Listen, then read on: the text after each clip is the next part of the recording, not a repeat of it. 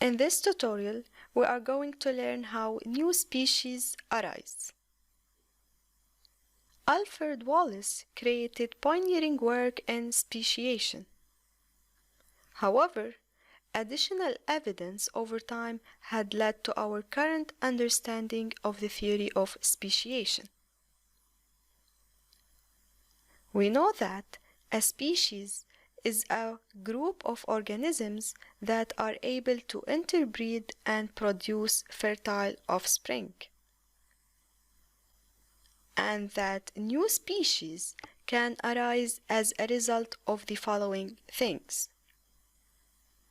either by genetic variation, natural selection, and speciation. Well, each population has a wide range of alleles that can control their characteristics that result from sexual reproduction and mutation, and this is what is called genetic variation.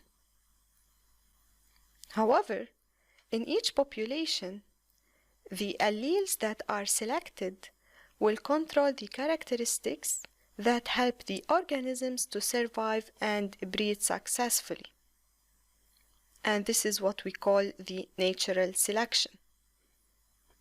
Now, sometimes the populations become extremely varied and successful interbreeding cannot happen anymore. And this is what we call speciation.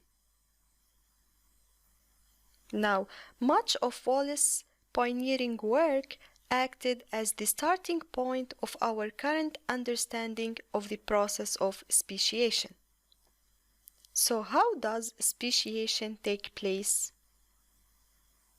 Well, when two populations of a species can become geographically separated because of the environment, then the isolation can prevent interbreeding and the combination of the genes within a species. Now, different mutations can take place in the isolated groups and will create different phenotypes within a particular location. Over time, species may evolve to be different to each other, and they will not be able to interbreed. And this is how new species will arise.